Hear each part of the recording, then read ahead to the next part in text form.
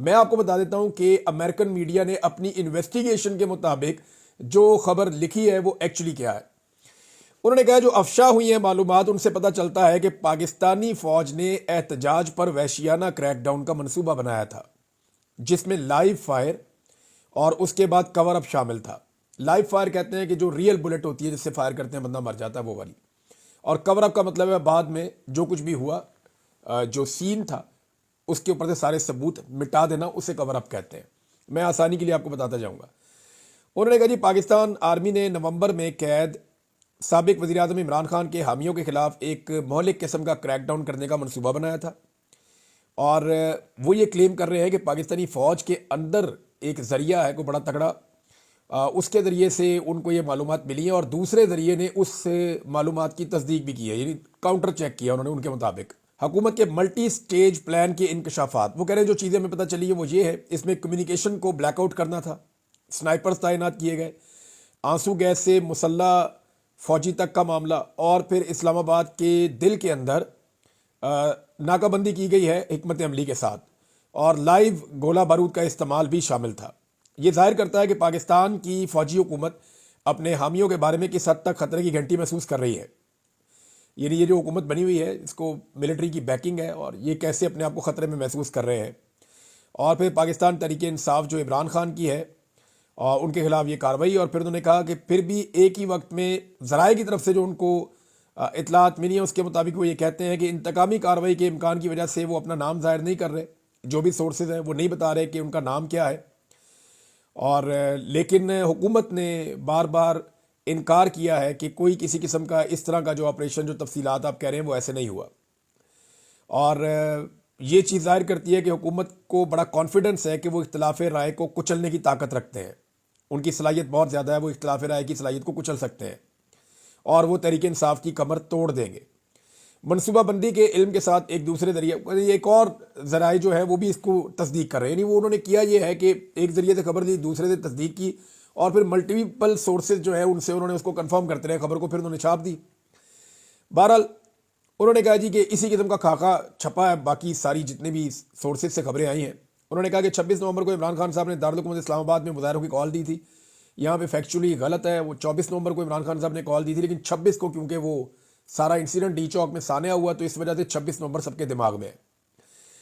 تو انہوں نے کہا جی کہ ان کی کال کے اوپر بہت بڑی تعداد میں ہزاروں عمران خان صاحب کے حامی پی ٹی آئی کے اسلام آباد پہنچے. تمام رکاوٹوں کو انہوں نے عبور کیا. انہوں نے جو کارگو کنٹینرز تھے رستے میں ان کو بھی ہٹایا، انٹرنیٹ کی بندش کا سامنا کیا اور آنسو گیس کی شیلنگ کا سامنا کیا. اور ایک جو قیادت کر رہی تھی وہ عمران خان کی اہلیہ تھیں، اور دوسرے علی امین گنڈا پور تھے وہ قیادت کر رہے تھے، جو خیبر پختونخوا کے وزیر اعلیٰ ہیں. اور یہ 4 صوبوں میں سے ایک صوبہ ہے جہاں پہ عمران خان صاحب کی پارٹی نے حکومت بنائی ہے. پھر انہوں نے کہا جی کہ واٹس ایپ جیسی سوشل میڈیا اپلیکیشن بھی بند رہی اس دن، اور فوج کو دارالحکومت میں بلایا گیا، اسے بلینکٹ شوٹ آن سائٹ کے اختیارات دیے گئے. یعنی فوج کو اور یہ رپورٹ پاکستان میں ہوا ہے کہ شوٹ ایٹ سائٹ، کہ آپ گولی چلائیں گے اگر چیزیں ہاتھ سے باہر جاتی ہیں، تو ان کو یہ آرڈر مل گئے تھے. یہ یہاں پہ بھی دعویٰ کیا جا رہا ہے. پھر حکومت نے دعویٰ کیا تھا کہ مظاہرین اسلام آباد نہیں پہنچ سکیں گے، لیکن 26 نومبر کی شام تک وہ اسلام آباد کے دل میں پہنچ چکے تھے اور مرکزی ڈی چوک سے صرف چند فٹ کے فاصلے پر تھے. پاکستانی حکومت کا جو ایک علامتی دل بنا ہوا ہے. انہوں نے کہا جی پاکستانی فوج کے ذرائع کے مطابق اس وقت حکومتی مشن مظاہرین کو ڈی چوک پہنچنے سے پیچھے ہٹانا تھا، اور پاکستان کی فوجی حمایت یافتہ جو حکومت ہے یہ اس کے دفاع کے لیے ایک آخری آپ سمجھے رکاوٹ تھی. وہ چاہ رہے تھے یہاں تک وہ نہ آئے. اچھا جی، اس الزام کی تصدیق کے لیے ٹھوس شواہد فراہم کرنے والے ذریعے کے مطابق، یعنی مختلف سورسز سے انہوں نے پوچھا تو وہ بتا رہے ہیں پاکستان کے طاقتور chief of army staff general Asim Munir کی ہدایت پر 25 نومبر کی صبح پاکستانی فوج کے ملٹری آپریشن ڈائریکٹوریٹ میں آپریشن کی منصوبہ بندی کی گئی تھی. یہ بڑا سیریس ایلیگیشن ہے کہ جناب آرمی چیف کی قیادت میں جو ملٹری آپریشنز کا ایک ڈپارٹمنٹ ہے پاکستانی فوج کا، اس کے اندر وہ یہ کلیم کر رہے ہیں کہ وہاں پہ کوئی منصوبہ بندی کی گئی تھی. منصوبے کے تحت جناح ایونیو ڈی چوک کے سامنے کی مرکزی سڑک کو گھیرے میں لیا جائے گا، جس میں شپنگ کنٹینرز کے ڈھیر ایک رکاوٹ کے طور پہ کام کر رہے ہیں. اور پاکستان آرمی کے special services group SSG commandos کے بارے میں وہ بات کر رہے ہیں. ان کے سنائپرز کو چھتوں پر تعینات کیا گیا، جبکہ نیم فوجی یعنی رینجرز جو ہے دستے ان کے جو ہے وہ رائفلیں لے کر آنسو گیس کے گولوں سے لیس پولیس کے ساتھ سڑک کے کنارے گشت کر رہے تھے۔ جیسے ہی اسلام آباد میں رات پڑی، ہزاروں کی تعداد میں پی ٹی اے کے حامی جناح ایونیو پر جمع ہو گئے، جو ڈی چوک سے محض ایک پتھر کے فاصلے کا مطلب یہ کہ پتھر آپ پھینکیں تو جتنی دور جاتا ہے اتنے فاصلے پر تھے۔ وہ ہائی کمان کے احکامات واضح تھے، مظاہرین کو ہر قیمت پر ڈی چوک پہنچنے سے روکے۔ ذرائع نے بتایا کہ اس منصوبے کو عملی جامہ پہنانے کے لیے فوج نے کثیر الجہتی نقطہ نظر کا استعمال کیا۔ پہلا مرحلہ انتشار اور خوف کے بیج بونے کا تھا، لوگوں کو ڈرانے کا تھا۔ جناح ایونیو کے اطراف کی روشنیاں بجھا دی گئیں، جس سے علاقہ تاریکی میں ڈوب گیا۔ اسی وقت پاکستان کی جو ہے وہ ایک ایجنسی اور ان کی ٹیموں نے مواصلاتی نیٹ ورک کو جام کرنے کا اشارہ دے دیا۔ انٹرنیٹ جام ہو گیا، پوری طرح سے مواصلات رابطے کٹ گئے، جس سے مظاہرین کی ایک دوسرے اور بیرونی دنیا سے بات چیت کرنے کی صلاحیت مؤثر طریقے سے منقطع ہو گئی۔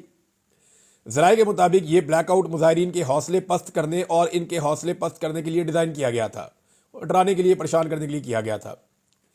جیسے ہی ہجوم کو پریشانی نے اپنی لپیٹ میں لیا، آپریشن کا دوسرا مرحلہ عمل میں آیا اور مختلف سمتوں سے آنسو گیس کو بہت تیزی سے فائر کرنے کا حکم دے دیا گیا اور دم گھٹنے والے دھوئیں نے گھبراہٹ میں مبتلا مظاہرین کو بھاگنے کے لیے مجبور کر دیا۔ اچھا، وہ یہ کہہ رہے ہیں یہ نقطۂ آغاز تھا۔ اس کے بعد کیا ہوا؟ وہ کہہ رہے ہیں سورسز کے مطابق پھر اس کے بعد ریئل فائرنگ جو ہے وہ شروع کر دی گئی۔ بھاری اسالٹ رائفل فائر بھی اس میں شامل ہے۔ بھاگنے والے ہجوم پر اندھا دھند فائرنگ کی گئی۔ سنائپر جو چھتوں پر حکمت عملی کے ساتھ کھڑے تھے ان لوگوں کو نشانہ بناتے تھے جنہیں دشمن یا دھمکی امیز سمجھا جاتا تھا۔ ذرائع نے بتایا کہ بہت سے لوگ بھاگ گئے۔ جب ابتدائی برسٹ سپرے کیا گیا تو لوگ بھاگے۔ یہ غیر یقینی ہے کہ کس نے لوگوں پر بھاری مشین گن سے فائر کرنے کا حکم دیا۔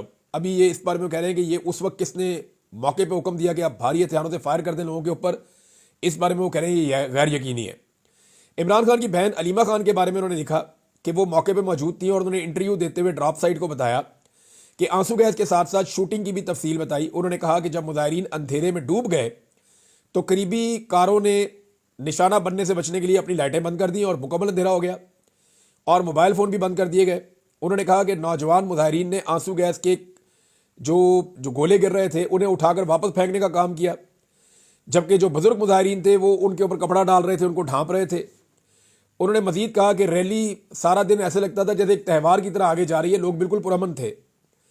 مظاہرین کے ساتھ ان کے بچے بھی شامل تھے۔ انہوں نے پرتشدد ہونے کا کوئی ارادہ کسی موقع پہ ظاہر نہیں کیا۔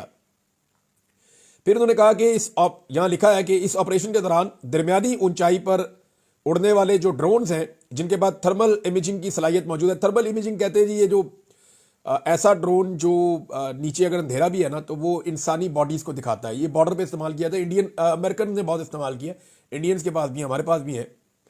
یہ ایسا ہوتا ہے کہ اگر کوئی آدمی اندھیرے میں بھاگ رہا ہے تو اس کی وہ ریڈ کلر کا اس میں نظر آتا ہے، وہ پتہ چلتا ہے یہاں بندہ جا رہا ہے اور اس کا پورا ایک ہیولا نظر آتا ہے۔ تو اس طرح سے وہ تھرمل ڈرون کی بات کر رہے ہیں یہاں پہ۔ انہوں نے کلیم کیا کہ وہ بھی چھوٹے ڈرون جو ہیں وہ لائیو نگرانی کے لیے وہاں پہ موجود تھے، جو دیکھ رہے تھے، اور آپریشن کے کمانڈ سینٹر میں جو قتل عام ہو رہا تھا اس کی ریئل ٹائم فوٹیج وہاں پہ جا رہی تھی۔ پھر سورس نے بتایا، جو سورس ان کو بتا رہا ہے وہ یہ کہہ رہا ہے کہ تکنیکی نقطہ نظر سے اس نے اشارہ کیا کہ کریک ڈاؤن پہلے سے شروع کر دیا گیا تھا۔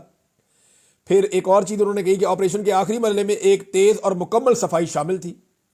یعنی پہلے یہ ہوا کہ آنسو گیس کی شیلنگ ہوئی، پھر ڈائریکٹ فائرنگ ہوئی، اور فائرنگ کے نتیجے میں لوگ جو ہے وہ وہاں پہ شہید بھی ہوئے اور زخمی بھی ہوئے۔ یہ اس طرح کی کہانی بتا رہے ہیں، اور یہ سارے مناظر وہ کہہ رہے ہیں جی ایک کنٹرول روم تھا جہاں پہ دیکھے جا رہے تھے اور اوپر کوئی ڈرون بھی اڑ رہا تھا، یہ ان کا کلیم ہے۔ اچھا، اس کے ساتھ انہوں نے کہا کہ جی اس کے بعد ایک صفائی کرنی تھی اس پورے جائے وقوع کی۔ تو جیسے ہی فائرنگ بند ہوئی تو انہوں نے ISI کے یونٹوں کو جناح ایونیو روانہ کر دیا گیا تاکہ تشدد کے تمام نشانات کو مٹایا جا سکے، اور اس میں شامل تھا کہ لاشوں کو ہٹایا جائے، جو شیلز ہیں ان کو ہٹایا جائے، کھوکے وہاں سے ہٹائے جائے، اور کوئی دوسرا ثبوت جو وہاں پہ موجود ہے وہ وہاں سے ہٹایا جائے۔